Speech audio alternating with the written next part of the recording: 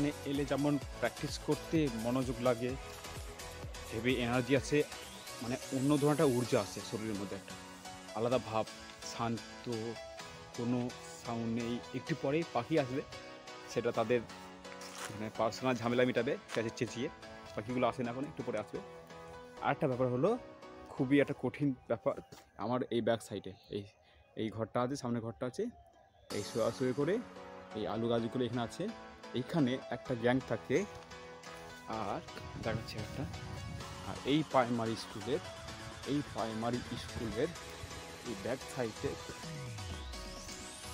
দেখাচ্ছি, এই ব্যাক সাইডে কিছু থাকে, গ্যাং থাকে। আর এই রাস্তা আছে, এই রাস্তার এই আলের মানে এই রাস্তার গায়ে বাঁ দিকে আর ডান দিকে কিছু গ্যাং থাকে, সেটা হলো শিয়ালের গ্যাং। এগুলো একটু কঠিন ব্যাপার, মানে ভয় লাগে, দেখে আসতে হয়। সেই জন্য এই লাঠি আনি। এটা লাঠি নয়, এটা পাইপ।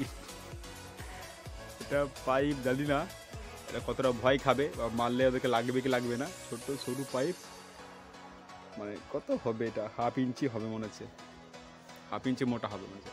জানি না এটা লাগবে কি লাগবে না, তবু একটা নিয়ে রাখলাম। তো এগুলো একটু ভয় লাগে, খুব ভয় লাগে আমার।